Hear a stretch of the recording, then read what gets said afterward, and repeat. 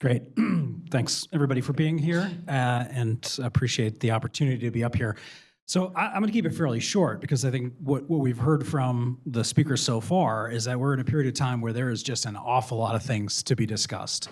And so hopefully we'll be able to touch the surface on that here on this panel tonight. So my background is strictly fixed income, global fixed income. But if I listen to some of the themes of what we're hearing already, to me, I think a lot of this makes sense where if we look at, and also I have to point out that I'm excited by the fact that the weighting of fixed income and macro people on a panel for once outweighing the strictly equity people. So this is the bond nerds' time to shine.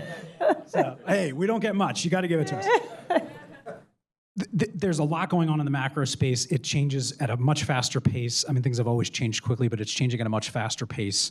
So we have to think about how do we absorb this information? How do we process this, synthesize this? How do you integrate this into your allocation decision? You want to be able to strike a proper balance between being on top of things, but also not being overreactive. I think one of the themes, if you were looking for a lesson to be learned from last year, for example, was that things may not always turn out the way that they seem on the immediate announcement. And so I think that's, having to evolve a little bit in terms of how you synthesize the information and how you utilize that, but also the themes that we're hearing as well. This is an interesting time where you're having differences around the globe evolve.